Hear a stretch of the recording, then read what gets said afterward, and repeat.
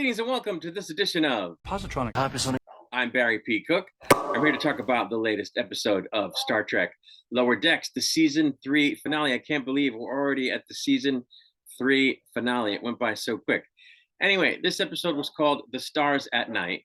And as it starts, Ransom's log tells us that the media has nailed the crew of the Cerritos for needing to be rescued at the end of last episode, and that Starfleet is really upset about it. So upset, in fact, that it decommissions all the California-class ships in favor of the new Texas-class ships for second contact missions at the behest of Admiral Buenamigo, who I guess is in fact not a good friend after all. The ensigns, of course, are upset by this, and in his dismay, BOIMLER does an impression of Shax and gets caught doing it by Shrax.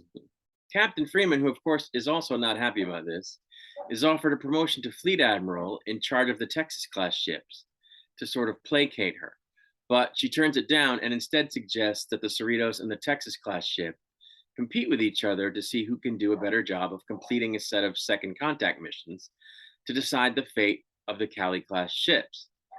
Meanwhile, Mariner is doing some Tomb Raider stuff with her new friend, though she wonders how they're affording all of their exploits because they're donating all the spoils of their missions to museums.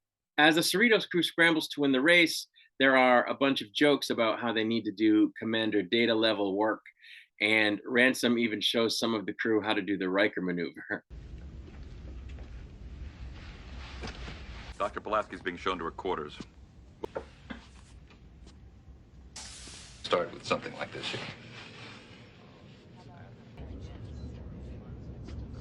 The Cerritos then ends up losing the race despite a good effort, but it turns out that part of the reason why is that they took the time to make sure they didn't destroy sentient life on one of the planets they were working on, where the automated ship didn't. It turns out that the Admiral is the one who had Rutherford's memory erased to make him forget that he worked on the prototype of the Texas-class ship, which he did by writing the code for the Texas-class ships, which he also used for Badgie, which of course is unstable. If you remember Badgie, the sort of holodeck program helper thing that went insane on them before. Anyway, when Rutherford tells the Admiral this, he doesn't listen, and he brings the Alito, the Texas-class prototype, totally online and allows it to be autonomous, at which point it decides it doesn't want to follow orders, and instead of attacking the Cerritos as he orders it to, it attacks the space station that he's on and then activates 2 of its sister ships. Next, we see that Mariner learns what's happening, and she convinces her friend to go and help Starfleet fend off the Texas-class ships, which happens just after she realizes that Admiral PICARD is the person who is funding their missions because he wants to play a role in cultural enrichment of the galaxy or whatever, which is so Picard. Captain Freeman tells the Texas-class ships that as the designer of their code, Rutherford can deactivate them, and then leads them on a chase away from the space station they've been attacking. And the Texas-class ships are able to follow them even when they go to warp, which I didn't think was possible, since the only ship that ever had that capability in all of Star Trek was the Dreadnought, which was not only a class that existed only in the JJ verse and not the Prime universe, but which was also decommissioned in the JJ verse like 100 years prior to the events of Lower Decks. So I was a little confused by that, but maybe they'll explain it at some point.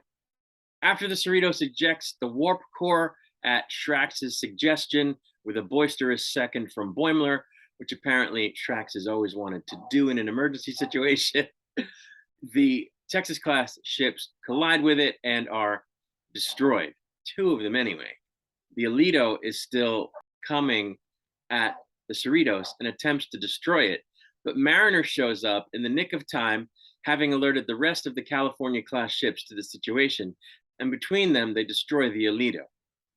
As the Cerritos undergoes repairs, the crew gets an addition in the form of the Vulcan scientist character from that previous episode where we got to see how things are on a Klingon ship, a Vulcan ship, a Pac-led ship, and a Borg cube.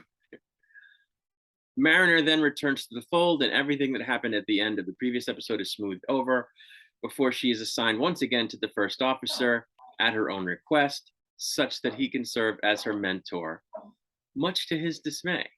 So that's where the episode ends, and I really liked this episode. I liked it largely because of the way that it handles Mariner. I've said this in one of my more recent reviews that Mariner has come a long way and is behaving more like a regular Starfleet officer, and she's aware of it as well. So it's a conscious effort on her part. It's something she's proud of, which is great. I think that's just great character development, great story development, and I just can't get enough of it. I think it's fantastic. And this episode had much fewer goofy jokes than a usual episode does, or than some of the last few episodes have had. It definitely was much lighter on references. And as I said in a recent review, sometimes that stuff gets to be too much. It's all funny. It's all very entertaining. It's all very clever. And I love the member berries. But some of these episodes have so much of that stuff that there's no substance to the story. And the last couple of episodes have been much better, I think, at giving us good stories in their own right and toning down not only the jokes, but the constant references. And this was one of those episodes. There was, jokes and there were references, but it was a story that was taken a little bit more seriously and, which had something to say and which showcased the characters more than, the joke heavy and reference heavy episodes do. And so I really enjoyed it. I thought it was a good episode. And I'm wondering at this point if that's all we're ever going to find out about Rutherford's past, because Admiral Buenamigo is deceased. So they don't really have too much more reason to talk about that stuff, because they don't have a reason to find out who did it and, any of that, because now they know. So are we done with that? Or are we going to see more about Rutherford's past? We're going to have to wait for season 4 to see.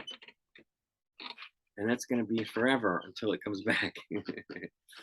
But when it does come back, I will be here to do the episode reviews. For now, I'm going to get out of here. Until I return, I wish you peace and long life.